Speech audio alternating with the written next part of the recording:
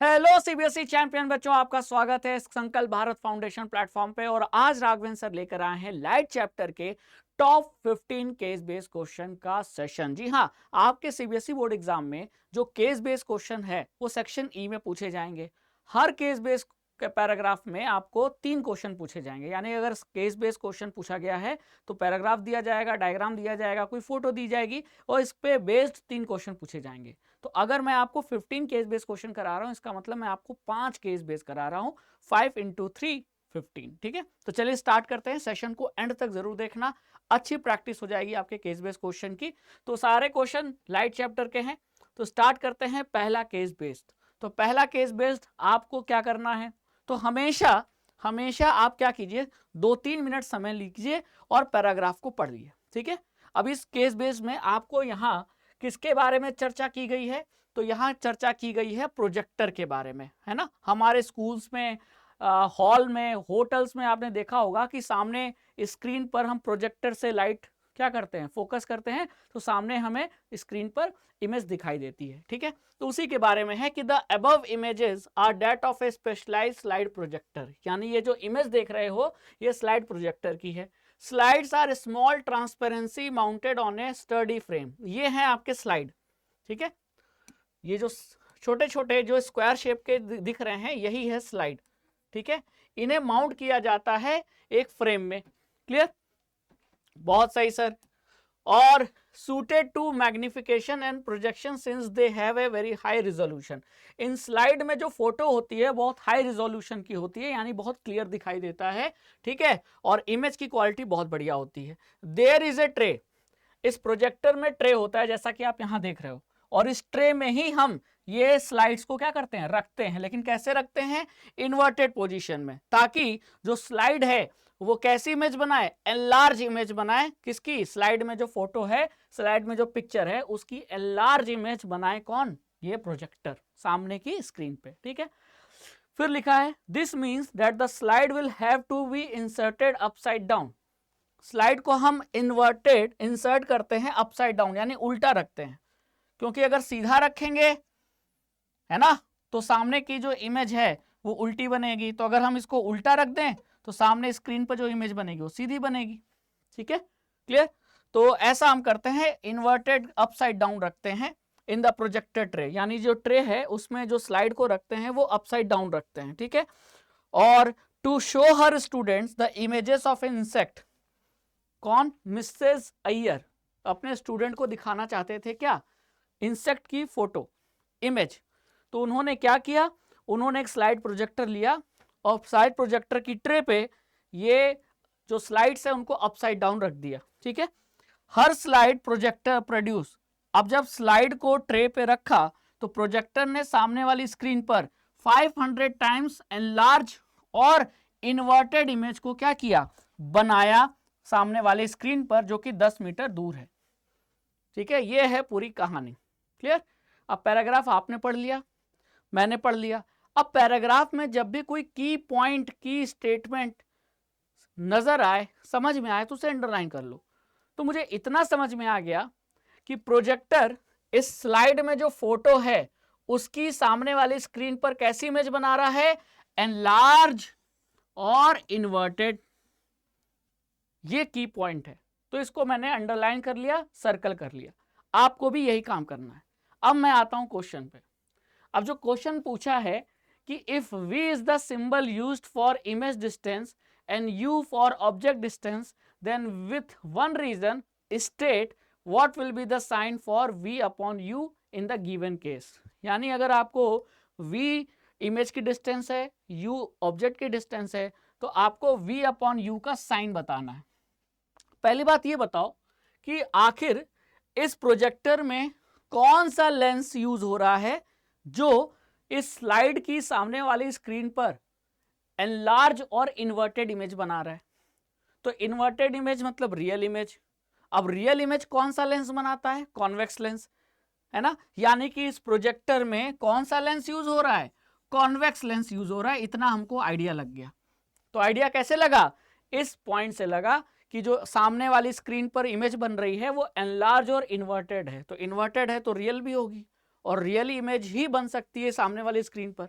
तो प्रोजेक्टर क्या कर रहा है, प्रोजेक्टर का जो कॉन्वेक्स लेंस है वो स्लाइड में जो ऑब्जेक्ट है, जो फोटो है, उसकी सामने वाली स्क्रीन पर रियल, इन्वर्टेड और एनलार्ज इमेज बना रहा है। यानी प्रोजेक्टर में क्या यूज हुआ है, कॉन्वेक्स लेंस यूज हुआ है। अब अगर कॉन्वेक्स लेंस यूज हुआ है और वो इन्वर्टेड इमेज बना रहा है तो V अपॉन यू का साइन क्या होगा। अब आप बताइए, क्वेश्चन नंबर 1 पूछा है। तो कुल मिला के सबसे पहले तो यही प्रोजेक्टर है जो हम लोग यूज, जिसकी बात की गई है इस केस बेस में, है ना। प्रोजेक्टर में ये ट्रे है, ट्रे में बहुत सारे स्लाइड्स हैं, स्लाइड्स में सबके फोटो है, ठीक है। और आप जैसे जैसे स्लाइड में फोटो रखते जाओगे ट्रे में, वो प्रोजेक्टर क्या करेगा, उस स्लाइड में जो फोटो है उसकी सामने वाली स्क्रीन पर इमेज बनाता जाएगा। देख रहे हैं, ये प्रोजेक्टर ने स्लाइड की इमेज कहां बनाई, सामने वाली स्क्रीन पे। तो अब पहला क्वेश्चन पूछा था कि V अपॉन यू का साइन क्या होगा। तो V अपॉन यू का साइन कैसे पता करें और साइन से क्या पता चलेगा। तो देखो बहुत सिंपल है, जब भी मैग्निफिकेशन का साइन, क्योंकि V अपॉन यू मतलब क्या हुआ, मैग्निफिकेशन हुआ कि नहीं, हाँ सर। अगर V अपॉन यू का साइन पूछ रहा है मतलब वो मैग्निफिकेशन का साइन पूछ रहा है। अब मैग्निफिकेशन का साइन निगेटिव तो होता है कब, जब रियल इमेज बनता है, रियल और इन्वर्टेड इमेज, और प्लस होता है जब कैसी इमेज बनती है, जब वर्चुअल इमेज बनती है। अब हमारे क्वेश्चन पे आओ, पैराग्राफ में साफ साफ लिखा है कि जो सामने इमेज बन रही है वो इन्वर्टेड बन रही है। इन्वर्टेड मतलब रियल इमेज, और जब रियल इमेज होगा तो V अपॉन यू यानी कि मैग्निफिकेशन का साइन क्या होगा, मैग्निफिकेशन का साइन होगा minus.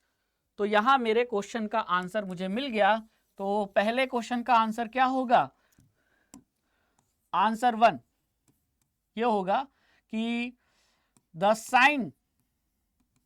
Sign of V upon u that is M यानी मैग्निफिकेशन,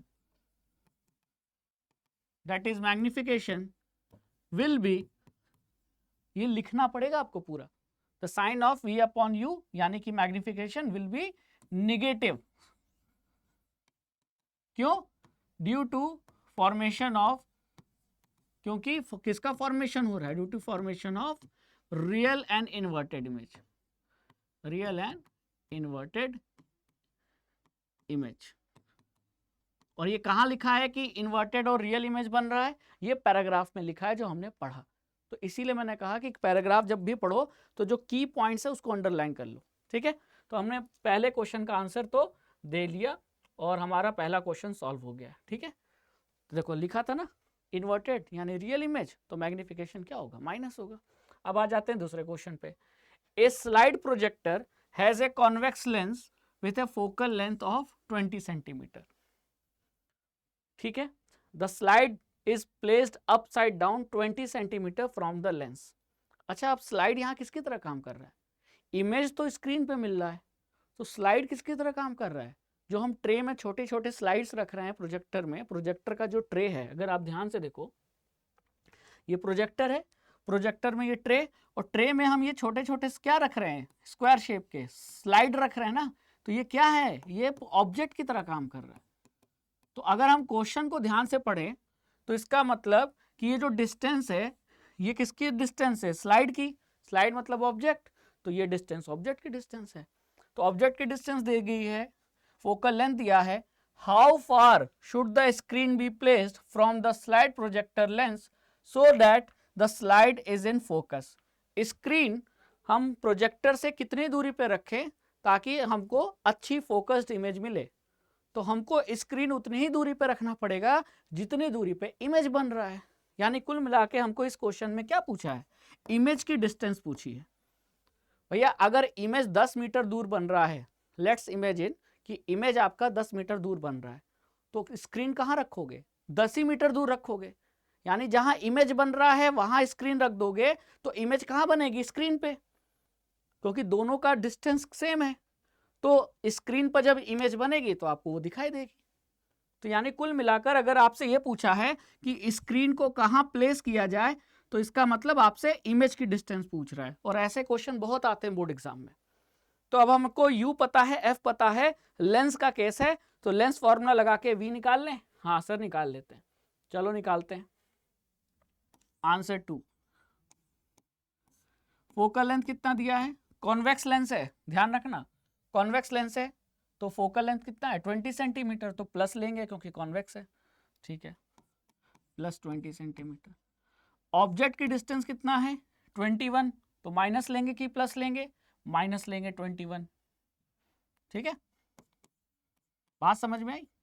अब v निकालना है तो लगाएंगे लेंस फॉर्मूला। लेंस फॉर्मूला क्या होता है 1/v minus 1/u equal to 1/f, ठीक है। 1/v माइनस u माइनस में है तो ये वापस से minus 1/21 equal to convex lens है तो प्लस 1/20, ठीक है।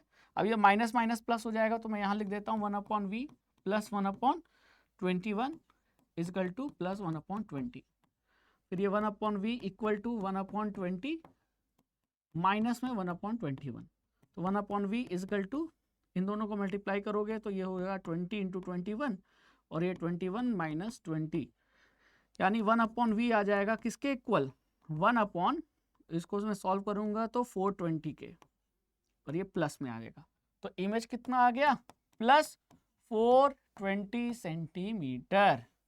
तो हम अगर स्क्रीन को 420 सेंटीमीटर दूरी पे रखें, किससे, प्रोजेक्टर से, प्रोजेक्टर के लेंस से, तो अगर स्क्रीन इतने दूरी पे रखेंगे और इमेज भी इतनी दूरी पे बन रहा है, इसका मतलब दोनों एक जगह पे है, सेम पॉइंट पे है, तो यानी इस इमेज कहाँ बनने लगेगी, स्क्रीन पे बनने लगेगी और आपको वो दिखाई देगी।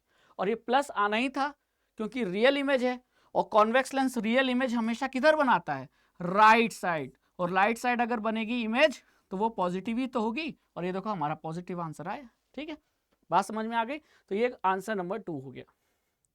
अब आते हैं क्वेश्चन नंबर 3 में।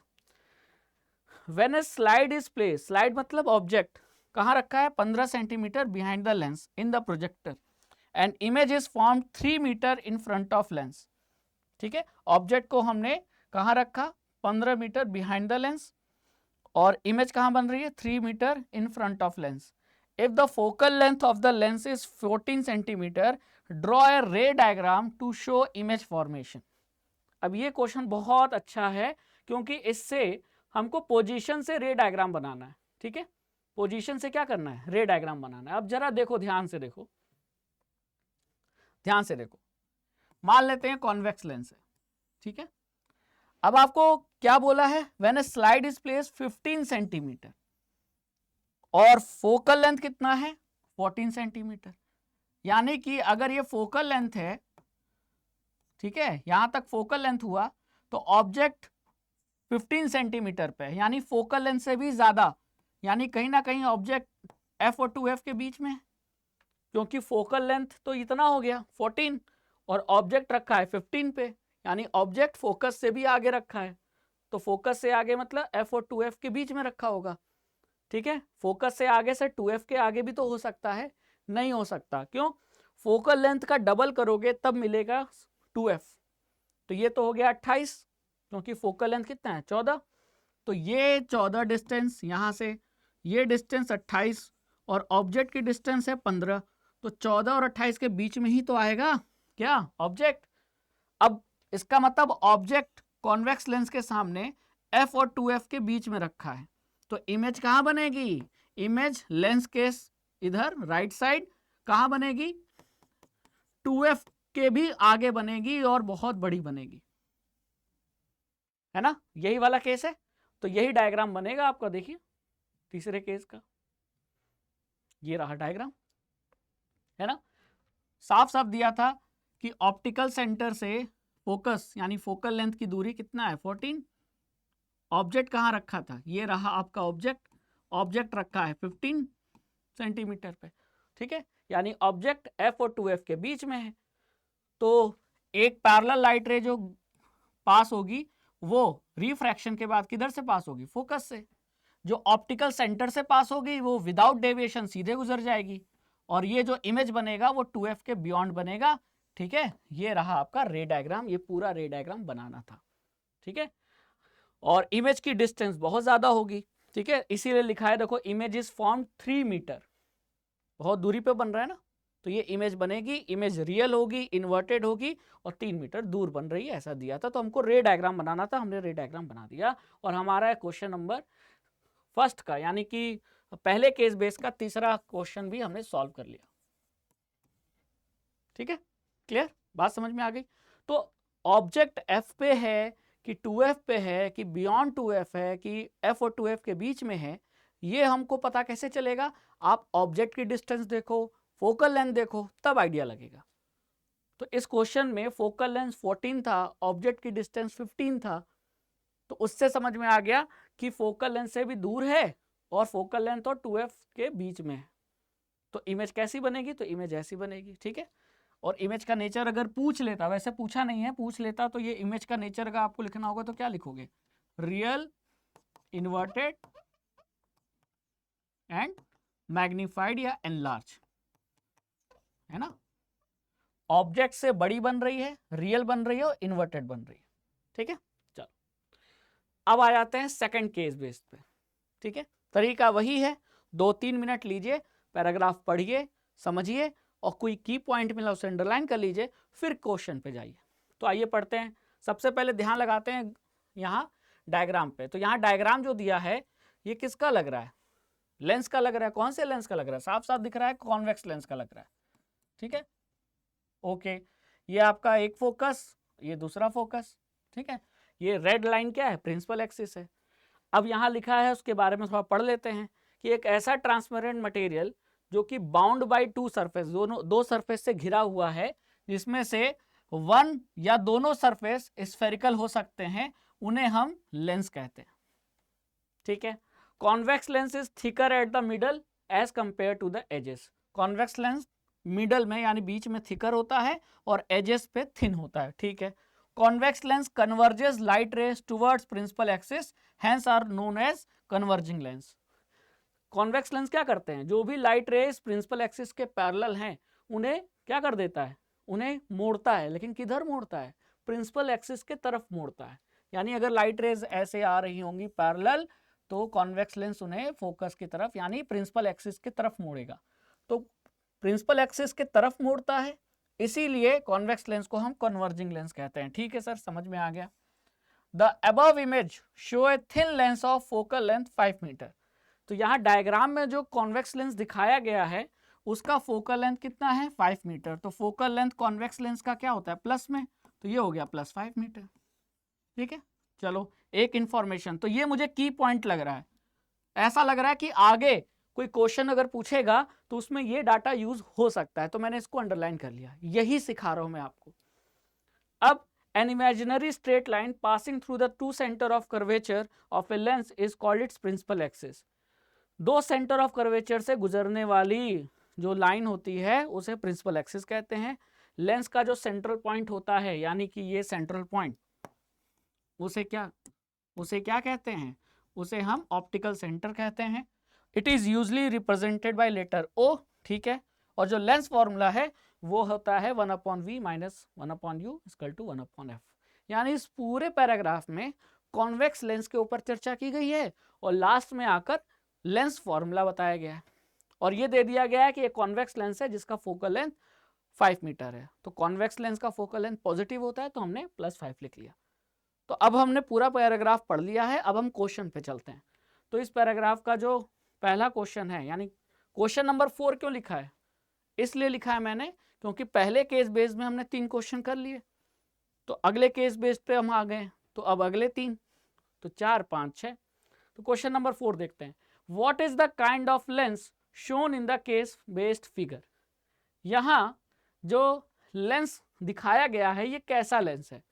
कॉनकेव है कि कॉन्वेक्स है? तो साफ साफ दिख रहा है, बहुत इजी क्वेश्चन, कि जो हमारा लेंस है, आंसर नंबर 4,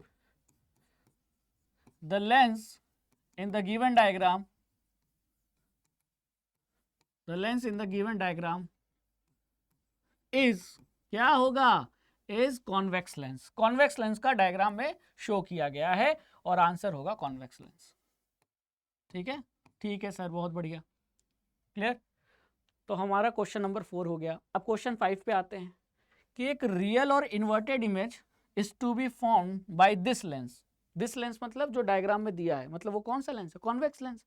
यही क्वेश्चन में पहले पूछा था। तो जो कॉन्वेक्स लेंस है वो एक रियल इन्वर्टेड इमेज बना रहा है, कहाँ? At a distance of 7 metre, यानी ये आपकी इमेज की डिस्टेंस है, ठीक है। कहाँ से? ऑप्टिकल सेंटर से। Then show with the calculation where should the object be placed. तो आपको ये बताना है कि ऑब्जेक्ट को हम कहाँ रखें ताकि जो इमेज बने वो 7 मीटर दूरी पे बने, और वो भी कैसी इमेज बने? रियल और इन्वर्टेड। तो ऑब्जेक्ट का डिस्टेंस पूछा है तो हमें चाहिए क्या? Lens formula. और फोकल लेंथ, अरे फोकल लेंथ तो दे दिया था ना, फोकल लेंथ दिया था कि नहीं? तो फोकल लेंथ दिया है, v दिया है, u निकाल लेंगे यूजिंग लेंस फॉर्मूला। अब आप ये बताओ, सबसे पहले सबसे जरूरी बात कि ये जो इमेज की डिस्टेंस है इसे प्लस लेंगे कि माइनस लेंगे, बहुत जरूरी है, बस यही गलती होगी आप लोगों से। अब आप खुद सोचो, कॉन्वेक्स लेंस है, इमेज कैसी बना रहा है? रियल और इन्वर्टेड। तो रियल इन्वर्टेड इमेज कहां बनती है? कॉन्वेक्स लेंस कहां बनाता है? तो मैं एक रफ डायग्राम बना रहा हूं, आप जरा इमेज फॉर्मेशन याद रखो।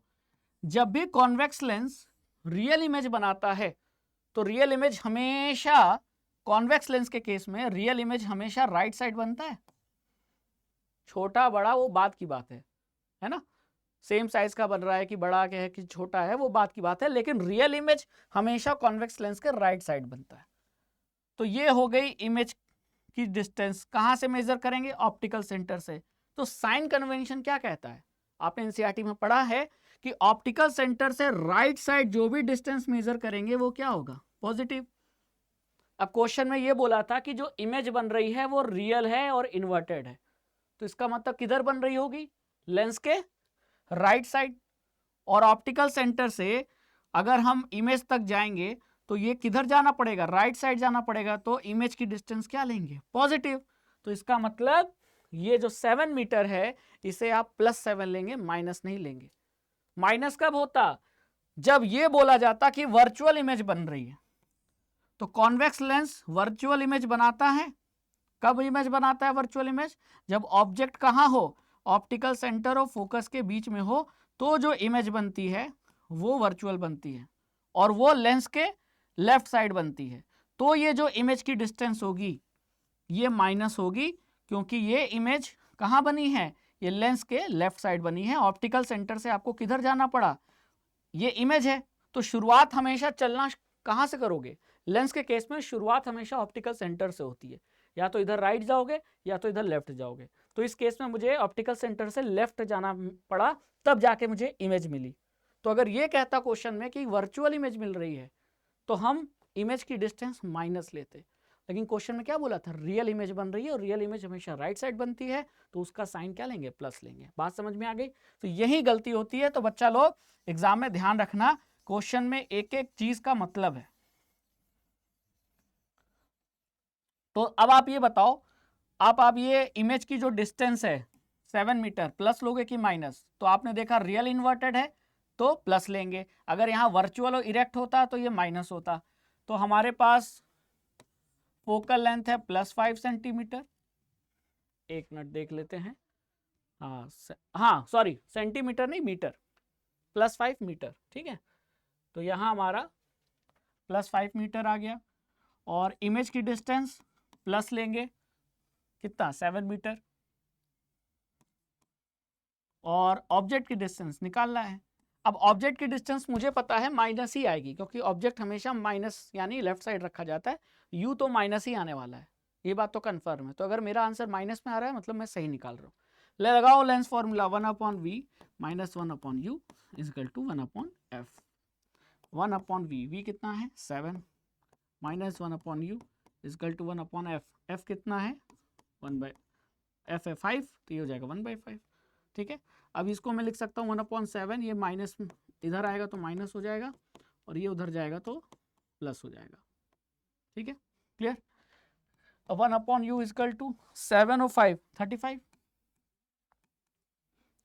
7 से 5 टाइम्स जाएगा, माइनस 5 से 7 टाइम्स जाएगा, तो ये हो जाएगा -2/35। तो u हो जाएगा आपका -35/2, और -35/2 मतलब 17.5 मीटर। ये आपका आंसर है ना। ये क्या है, ये आपका आंसर है, क्योंकि 35 मतलब 34 होता तो 17, 35 का आधा 17.5, माइनस में आएगा और माइनस में आ गया, मतलब मेरा कैलकुलेशन सही है। तो हमने ऑब्जेक्ट की डिस्टेंस निकाल ली। Where should be object be placed?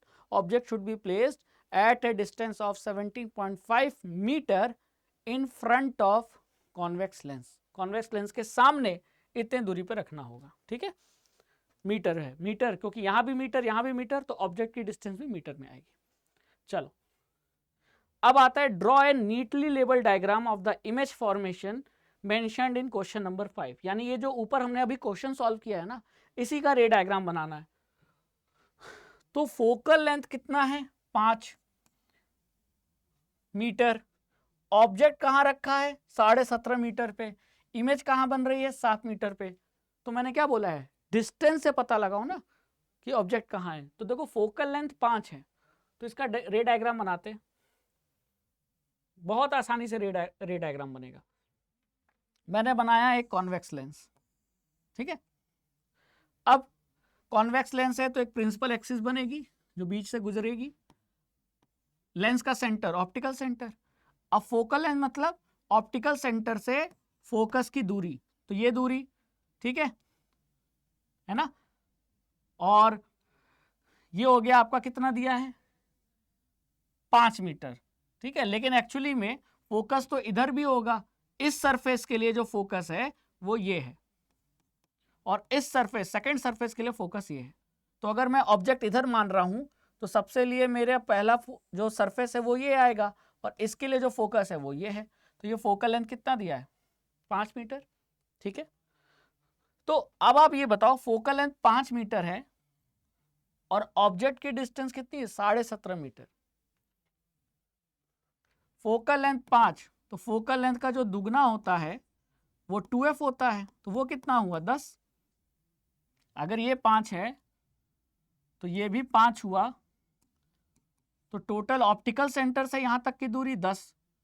और ऑब्जेक्ट क्या है? ऑब्जेक्ट तो -17.5 मीटर पे है, यानी ऑब्जेक्ट तो इसके भी आगे होगा ना। तो ये रहा ऑब्जेक्ट हमारा 17.5 पे। माइनस क्यों?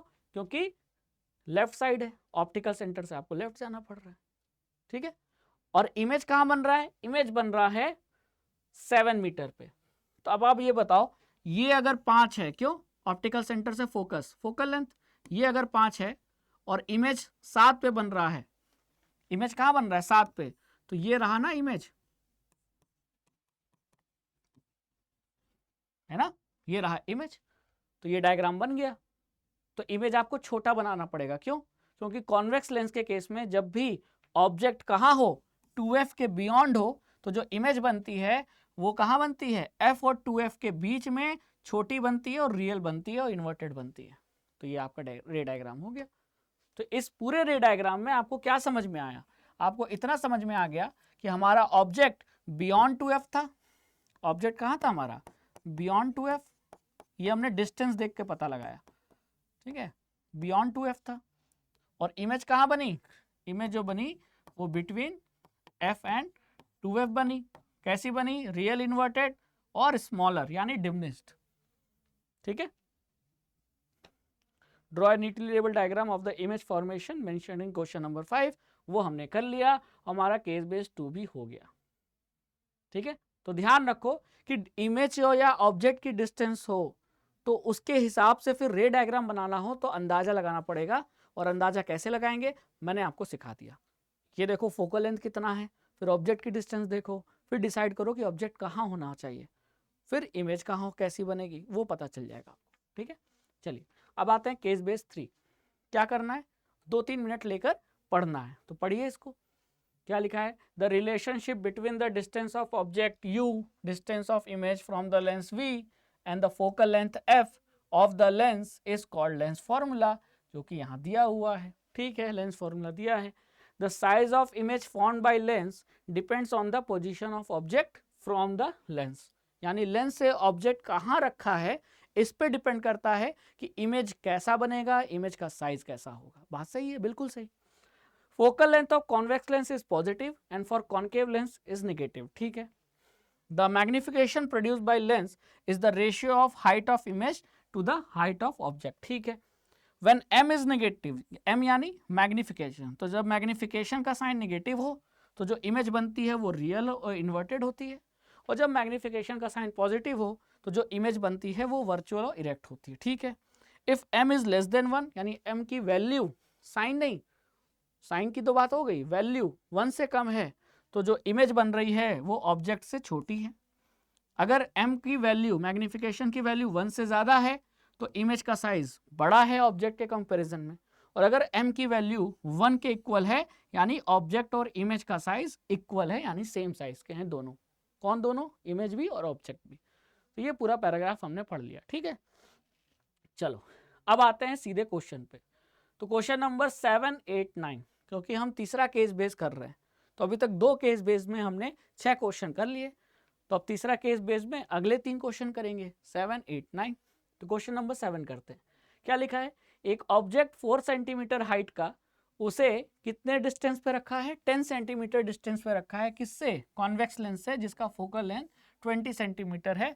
तो आपको position and nature of image बताना है और साइज ऑफ इमेज बताना है। तो चलिए सॉल्व करते हैं।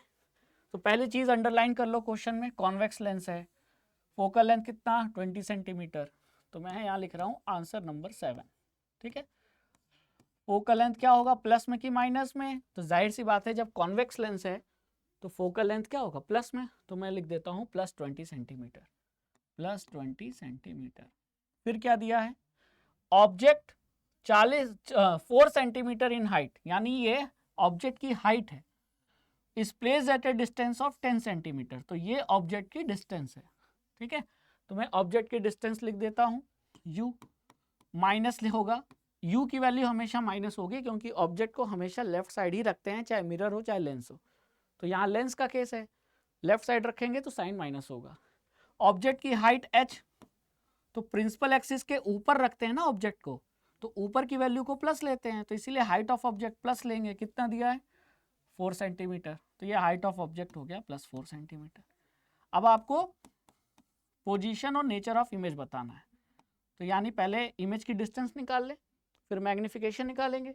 तो जब इमेज की डिस्टेंस पोजीशन बता देगा और मैग्निफिकेशन से इमेज का नेचर पता चल जाएगा। तो यही 2 चीज़ हमको पूछा है, position and nature of image. तो लगाओ फॉर्मूला, कौन सा? Lens formula, 1/v minus 1/u equal to 1/f। 1/v minus u क्या है माइनस में, तो -10, ठीक है। 10 ही है ना? हाँ 10 है, ठीक है। इसका माइनस तो रखेंगे, u का भी माइनस फिर लगाना पड़ेगा, फिर ये प्लस 1/20, ये 1/v माइनस माइनस हो जाएगा प्लस 1/10 इजकल टू प्लस 1/20, ये हो जाएगा 1/v इजकल टू 1/20 माइनस 1/10, ठीक है। फिर ये हो जाएगा आपका 1/v इजकल टू 10 और 20 का एलसीएम, 10 और 20 का एलसीएम कितना होगा? 2 5 जा 10 जा 2 5 5 5 and 1, यानी 5 4 जा 20, 20 आएगा आपका, ठीक है। तो ये 20 से कितना जाएगा? 1 टाइम जाएगा, माइनस 10 से 2 टाइम्स जाएगा, क्या आ जाएगा? माइनस 1/20। तो v की वैल्यू आ जाएगी आपकी -20 सेंटीमीटर। तो इमेज की हमने क्या निकाल ली? पोजीशन, ठीक है। इमेज की हमने क्या निकाल ली? पोजीशन, यानी 7th का ए हमने कर लिया, ये 7th ए है। अब हमको अभी भी पोजीशन तो निकाली, नेचर बताना है। तो नेचर कैसे बताएंगे इमेज का? नेचर बताने के लिए मैग्निफिकेशन निकालो। तो लेंस के केस में मैग्निफिकेशन क्या होता है? m equal to v/u। v कितना है? -20, u कितना है? -10, ठीक है। तो मैग्निफिकेशन कितना आ जाएगा? अब देखो फोकल लेंथ है 20 और ऑब्जेक्ट की डिस्टेंस है 10, यानी ऑब्जेक्ट फोकल लेंथ और ऑप्टिकल सेंटर के बीच में है। और जब ऐसा होता है तो वर्चुअल इमेज बनती है, तो मैग्निफिकेशन का साइन प्लस में आना चाहिए। तो देखो प्लस में आ गया, माइनस माइनस कट गया तो ये आ गया +2, ठीक है। अब अगर मैग्निफिकेशन का साइन +2 है, ठीक है, तो यहां से नेचर ऑफ इमेज क्या होगी बताओ? ये नेचर बता रहा है, तो ये प्लस ये बता रहा है कि इमेज क्या है, वर्चुअल एंड इरेक्ट, ठीक है, और 2 बता रहा है कि जो मैग्नीफाइड है, एनलार्ज इमेज है,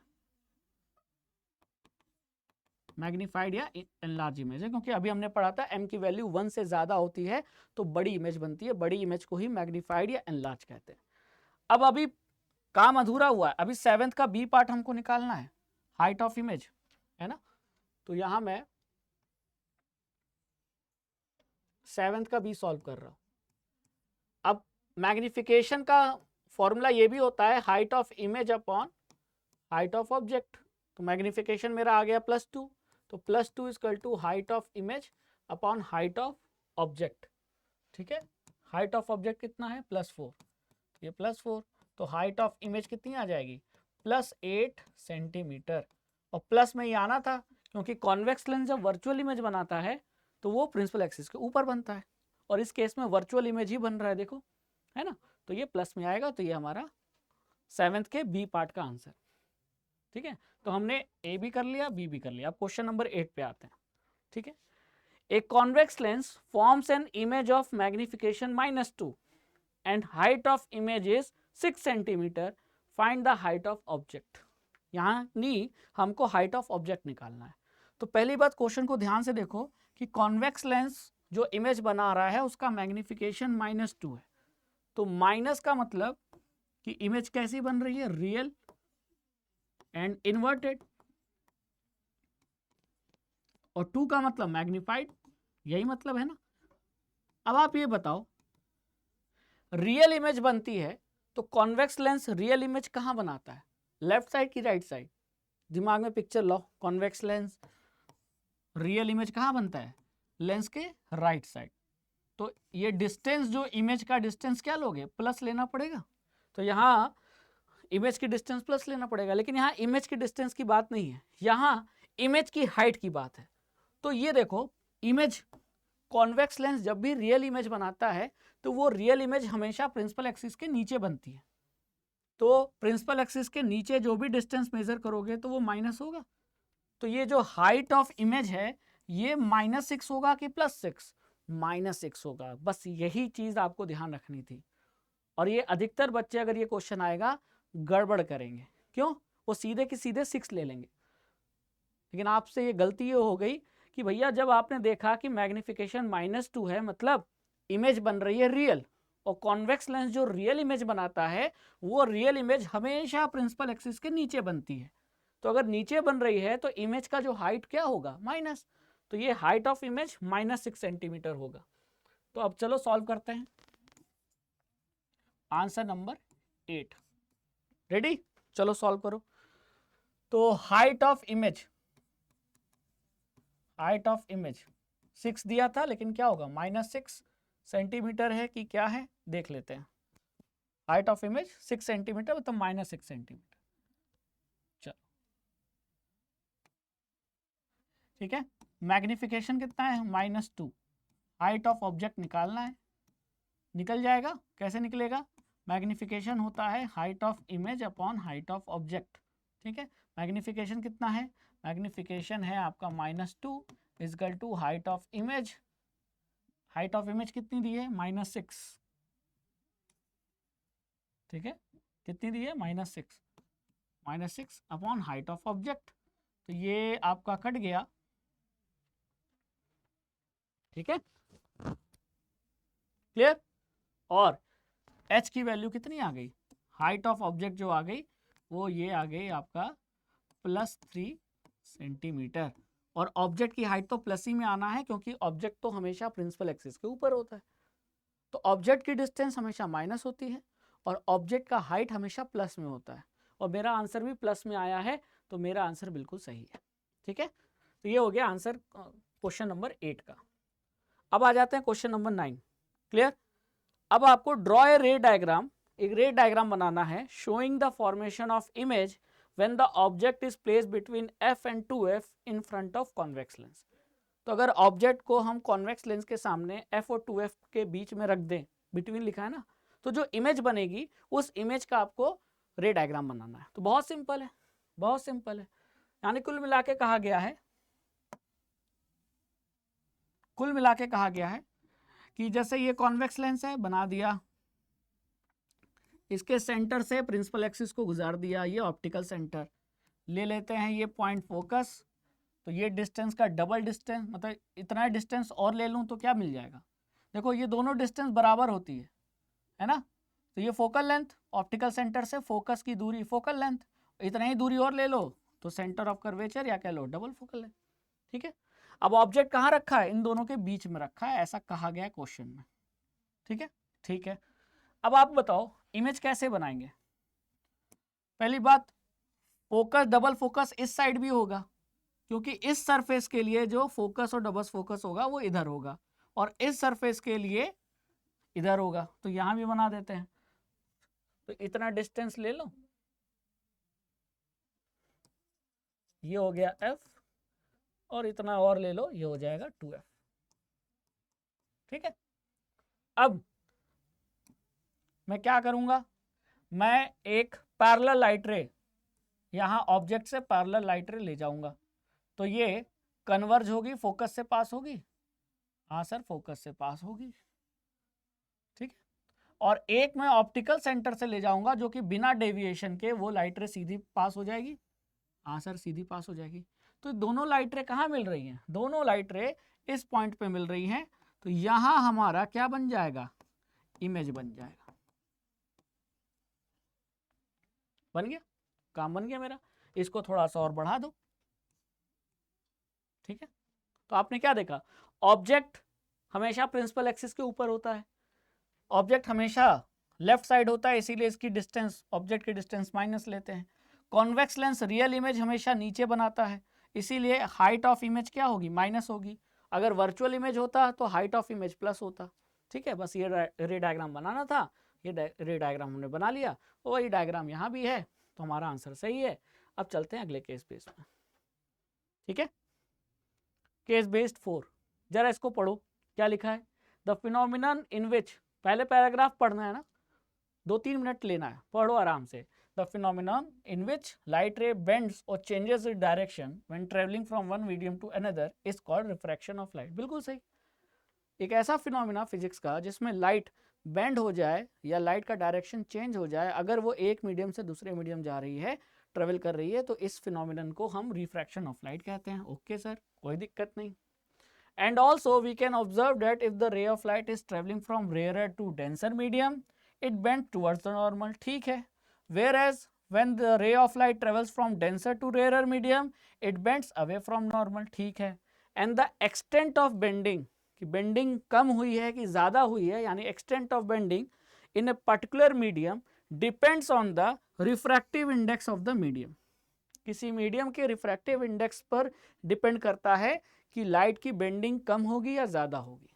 ठीक है, more the refractive index more the bending और denser is the medium and less the velocity of light in that medium. यानी किसी मीडियम का रिफ्रैक्टिव इंडेक्स ज्यादा है, मतलब वो मीडियम डेंसर है, और डेंसर है तो उसमें लाइट की स्पीड कम होगी।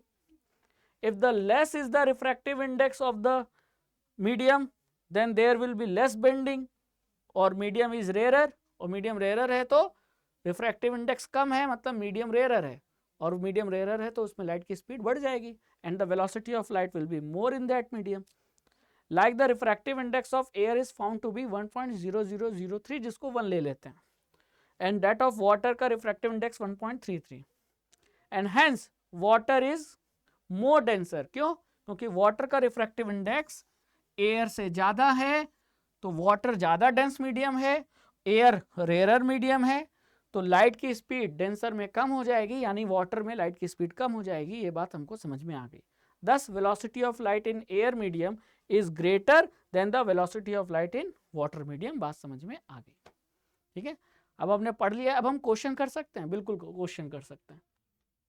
क्या लिखा है, if the refractive index of glass and ice, glass और आइस का रिफ्रैक्टिव इंडेक्स दिया है 1.52 and 1.31 respectively, then in which medium the velocity of light is more, what is its value. तो किस मीडियम में जो स्पीड ऑफ लाइट होगी वो ज़्यादा होगी, मोर होगी। तो हमने क्या सीखा है, हमने ये सीखा है, क्वेश्चन नंबर ये 10 है। ठीक है, क्वेश्चन नंबर 10 का आंसर हम क्या लिखेंगे? आंसर 10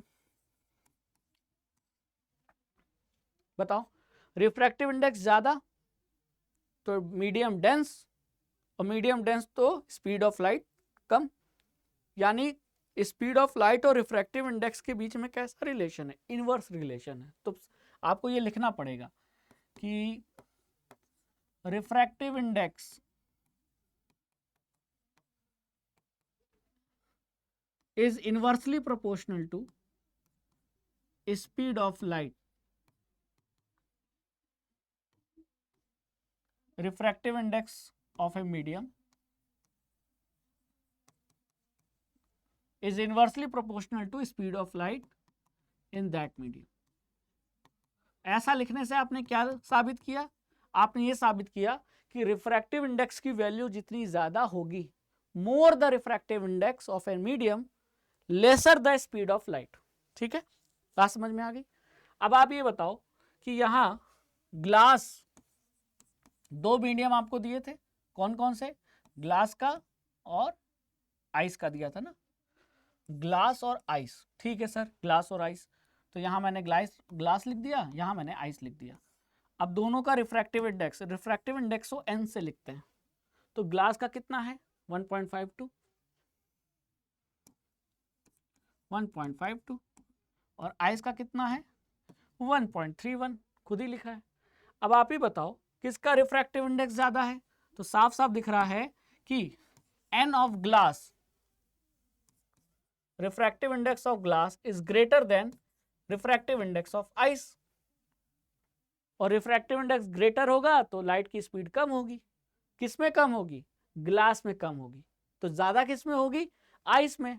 तो ये पूछा था कि किस मीडियम में लाइट की स्पीड मोर है, ज्यादा है, तो आंसर क्या होगा? आइस। ठीक है, तो यहां मैं लिख देता हूं कि अगर ये रिलेशन रिफ्रैक्टिव इंडेक्स का है तो फिर ये रिलेशन स्पीड, v का मतलब स्पीड, ठीक है, तो v ग्लास में कम होगा और v आइस में ज्यादा होगा। तो यहां मैं लिख सकता हूं speed of light will be more in glass, speed of light will be more in glass, sorry नहीं, ग्लास नहीं, वो will be more in ice, glass नहीं, सॉरी, ग्लास मुंह से निकल गया, लेकिन आइस होगा। ठीक है, क्योंकि ये दोनों अपोजिट है ना, ग्लास में रिफ्रैक्टिव इंडेक्स ज्यादा तो लाइट की स्पीड कम, आइस का रिफ्रैक्टिव इंडेक्स कम है तो आइस में लाइट की स्पीड ज्यादा है। ठीक है, तो यही पूछा था किसमें स्पीड ऑफ लाइट ज्यादा होगी, तो आइस में ज्यादा होगी। और फिर ये भी पूछा है कि कितनी होगी आइस में, तो कितनी होगी, देखो क्वेश्चन में ये भी पूछा है व्हाट इज इट्स वैल्यू, कैसे निकालेंगे? अब यहां फॉर्मूला लगेगा कौन सा? n equal to c upon v. आपको आइस मीडियम में स्पीड ऑफ लाइट चाहिए तो आइस का रिफ्रैक्टिव इंडेक्स यहां रख दो, c की वैल्यू 3 × 10⁸ यहां रख दो, आंसर आ जाएगा। तो मुझे v चाहिए तो v हो जाएगा c अपॉन n। ठीक है, तो v किस में? आइस में। ठीक है, तो ये हो जाएगा c अपॉन n मतलब 3 × 10⁸ अपॉन n। n कितना है आइस का? आइस का n यानी रिफ्रैक्टिव इंडेक्स है 1.31। ठीक है, अब आप इसको सॉल्व कर लो, आपका आंसर आ जाएगा। ठीक है, तो ये अब आपके ऊपर है, इसका आंसर निकालना, आप लोग निकाल लोगे। ठीक है, क्लियर? चल, तो हमने क्वेश्चन नंबर 10 का आंसर सॉल्व कर लिया। अब क्वेश्चन नंबर 11 पे आते हैं। If refractive index of diamond is found to be highest, that is 2.42, then what it indicates. अगर डायमंड का रिफ्रैक्टिव इंडेक्स 2.42 है तो इसका मतलब क्या है? ठीक है, देखते हैं, आओ। Answer number 11, n equal to c upon v है कि नहीं? हाँ सर है, तो v को मैं c अपॉन n लिख सकता हूं। हाँ सर लिख सकते हैं। v का मतलब किसी मीडियम में लाइट की स्पीड, और n मतलब उसी मीडियम में लाइट का, उसी मीडियम का रिफ्रैक्टिव इंडेक्स n। तो जिस मीडियम का रिफ्रैक्टिव इंडेक्स रखोगे यहां, उसी मीडियम में लाइट की स्पीड पता चलेगी। ऐसा नहीं है कि आपने रिफ्रैक्टिव इंडेक्स की वैल्यू ग्लास की रखी और स्पीड ऑफ लाइट एयर का बता रहा है या किसी दूसरे मीडियम का बता रहा है, नहीं, ये दोनों चीज सेम मीडियम की होती है। ठीक है, अब आप ही बताओ, अगर डायमंड ले, इन case of diamond, in case of diamond refractive index कितना दिया है, 2.42 है ना, 2.42, यानी कि अगर मैं यहां रिफ्रैक्टिव इंडेक्स की वैल्यू रख दूं तो V हो जाएगा C/N, N कितना है 2.42। तो आपने क्या देखा कि पहले अगर एयर होता, एयर की रिफ्रैक्टिव इंडेक्स कितना होता है 1, तो यहां अगर 1 रखोगे तो speed of light is equal to C, यानी 3 × 10⁸। लेकिन अगर आप डायमंड लोगे तो अब ये हो गया C/2.42, यानी अब C की जो स्पीड थी, स्पीड ऑफ लाइट जो थी एयर में 3 × 10⁸, उसका 1/2.42 टाइम्स हो गया, यानी 1/2.42 फैक्टर से डिक्रीज होगी जाएगी, है ना। तो इसका मतलब डायमंड में स्पीड कम हो जाएगी, कितने फैक्टर से कम हो जाएगी, 1/2.42 टाइम्स कम हो जाएगी। So the speed of light in diamond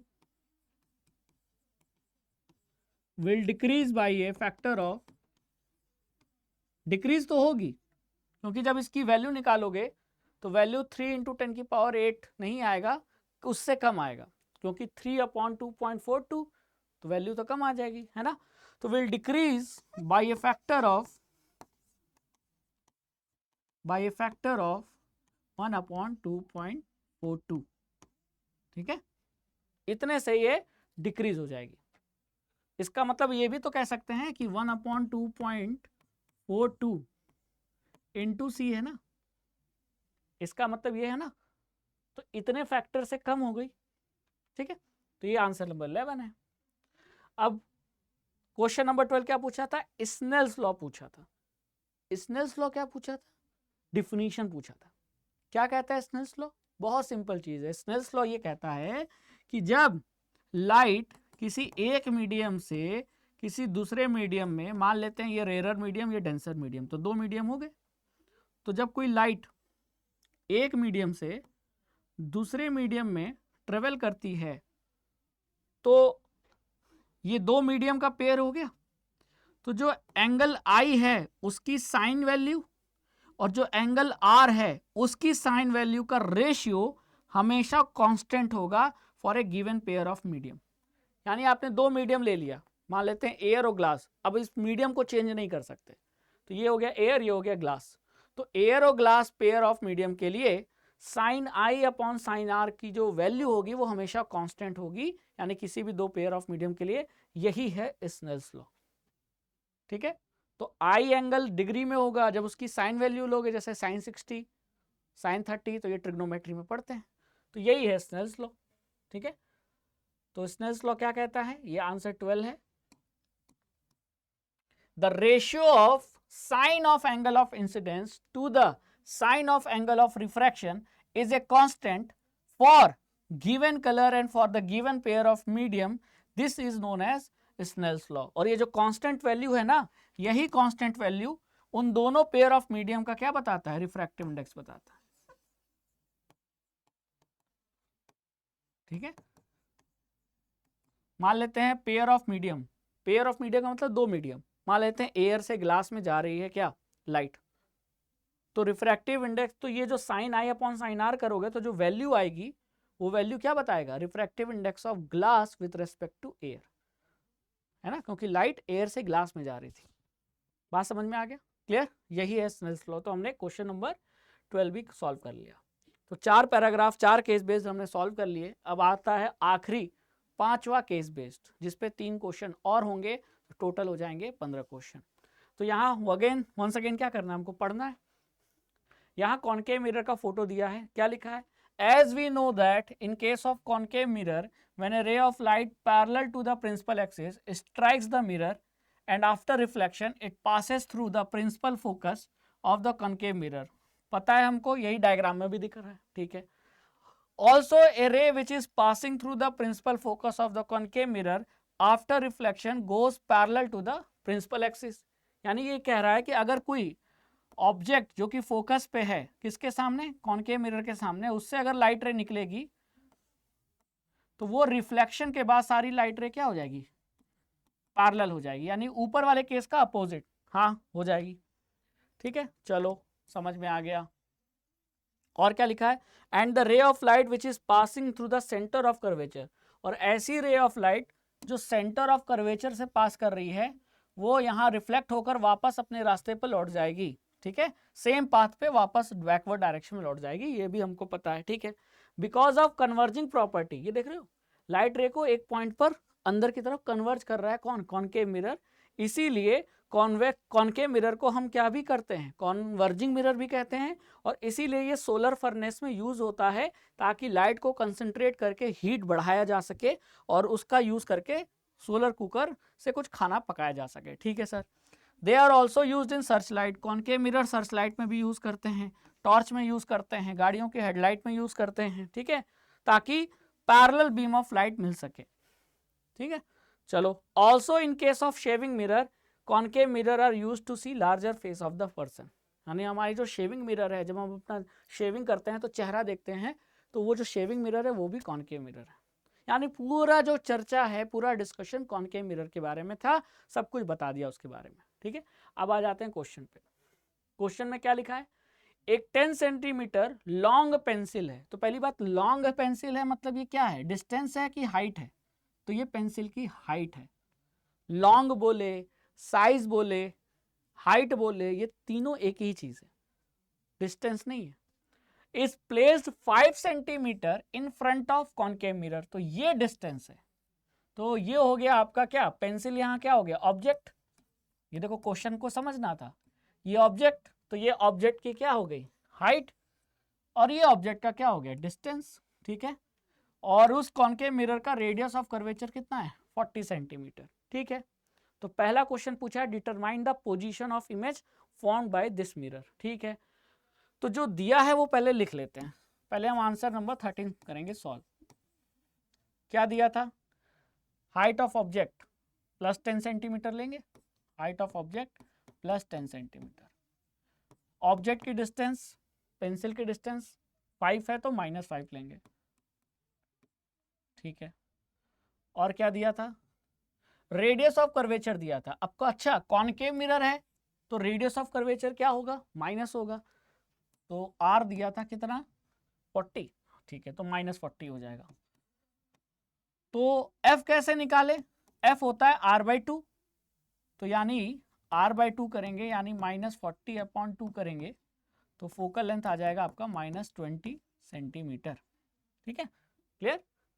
अब आपको u पता है, f पता है, v निकल जाएगा, हाँ सर निकल जाएगा। क्या लगाओगे, मिरर की लेंस फॉर्मूला, तो भैया कॉनकेव मिरर है तो मिरर फॉर्मूला लगाएंगे। मिरर फॉर्मूला क्या कहता है, 1/v + 1/u = 1/f। ठीक है, अब रख दो सब कुछ, 1/v निकालना है, प्लस u माइनस में है, -1/5 = 1/f, f कितना आया, -1/20, 1/v -1/5 = -1/20। ठीक है, फिर ये हो जाएगा 1/v = -1/20, ये उधर जाएगा तो ये +1/5। ठीक है, क्लियर, यही है ना सब कुछ, चलो बहुत बढ़िया। अब v 1/v = 20 और 5 का 2 10 5 2 5 5 20, तो ये 1 टाइम जाएगा, ये 5 4 जा 20, तो ये 4 टाइम्स जाएगा, तो ये आ जाएगा 5/20, तो ये हो जाएगा आपका, तो v की वैल्यू आ जाएगी कितनी, +4 सेंटीमीटर।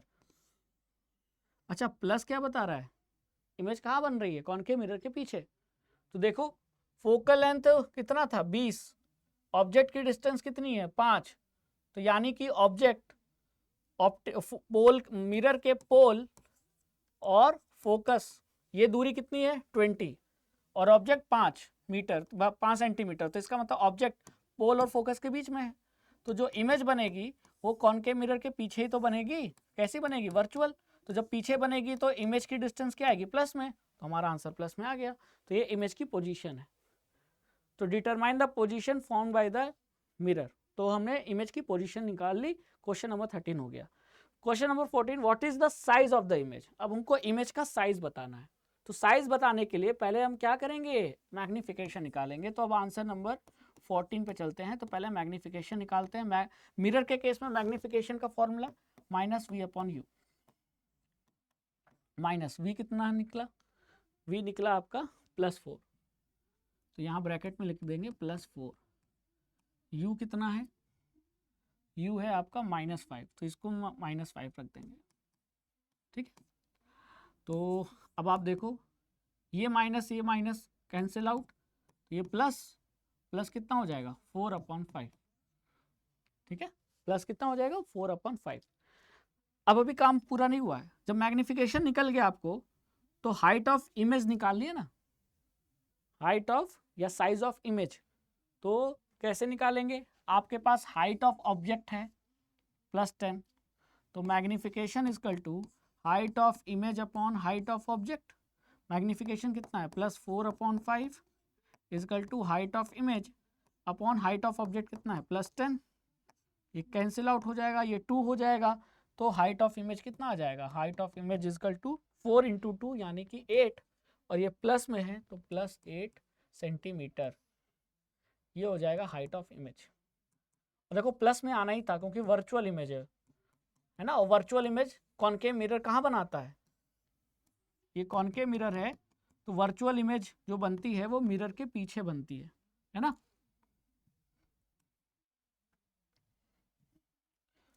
वर्चुअल इमेज पीछे बनती है, तो कॉनकेव मिरर के पोल से आपको राइट जाना पड़ेगा, तब आपको इमेज मिलेगा। तो ये डिस्टेंस क्या लोगे, पॉजिटिव, और इमेज जो बन रही है वो ऊपर इरेक्ट बन रही है प्रिंसिपल एक्सिस के, तो ये हाइट क्या होगी, पॉजिटिव। तो हमारा आंसर भी क्या निकला, हाइट ऑफ इमेज पॉजिटिव। ठीक है, अब आते हैं आखिरी क्वेश्चन पे। Draw a ray diagram to show the formation of the image as mentioned in part 1। ठीक है, तो पार्ट 1 यानी क्वेश्चन, यहाँ पार्ट 13 होगा, पार्ट 1 मतलब ये है ना। तो यहाँ आपको देखकर रे डायग्राम बनाना है, मतलब पहला पार्ट क्वेश्चन नंबर 13 में जो डाटा मिला उसके हिसाब से रे डायग्राम बनाना है। तो क्वेश्चन नंबर 13 में जो डायग्राम डाटा मिला वो ये मिला कि फोकल लेंथ तो मिरर की 20 है, ऑब्जेक्ट कितने दूरी पे है 5, और इमेज कहाँ बन रहा है 4 सेंटीमीटर दूरी पे। ठीक है, क्लियर। तो चलो बनाते हैं, कैसे बनाएंगे, बहुत आसान है। देखो इसको ऐसे बनाते हैं, ये रहा कॉनकेव मिरर, ठीक है, ये रहा आपका क्या प्रिंसिपल एक्सिस, ये रहा पोल, ठीक है, ये रहा फोकस। क्लियर। अब आपने क्या देखा, फोकस ज्यादा है कि ऑब्जेक्ट की डिस्टेंस, फोकल लेंथ जो है वो 20 सेंटीमीटर है और ऑब्जेक्ट है 5 सेंटीमीटर, यानी ऑब्जेक्ट तो करीब है ना। तो यहाँ हो गया आपका ऑब्जेक्ट, किसके बीच में ऑब्जेक्ट होगा, ऑब्जेक्ट पोल और फोकस के बीच में होगा, ये होगा ऑब्जेक्ट, क्योंकि ये 20 है ये 5 है। ठीक है, तो जो इमेज बनेगी वो इमेज कहाँ बनेगी, इमेज पीछे बन रही है 4 सेंटीमीटर दूरी पे। ठीक है, कैसी बन रही है, वर्चुअल और बड़ी बन रही है। ठीक है, तो ये हो गया हमारा ये ऑब्जेक्ट और ये पूरा रे डायग्राम। ठीक है, बात समझ में आ गई, और वही रे डायग्राम यहाँ बनाया गया है। ठीक है, कहने का मतलब एक रे ऐसे निकलेगी, एक रे ऐसे निकलेगी, वो रिफ्लेक्ट होकर ऐसे चली जाएगी, है कि नहीं, बात समझ में आई। और एक रे जो सीधे गुजरेगी रिफ्लेक्ट होकर फोकस से गुजर जाएगी। अब इन दोनों को अगर आप आगे बढ़ाओगे तो ये यहाँ आकर मिल रही है, ये आपका वर्चुअल इमेज बन रहा है। ठीक है, बात समझ में आई।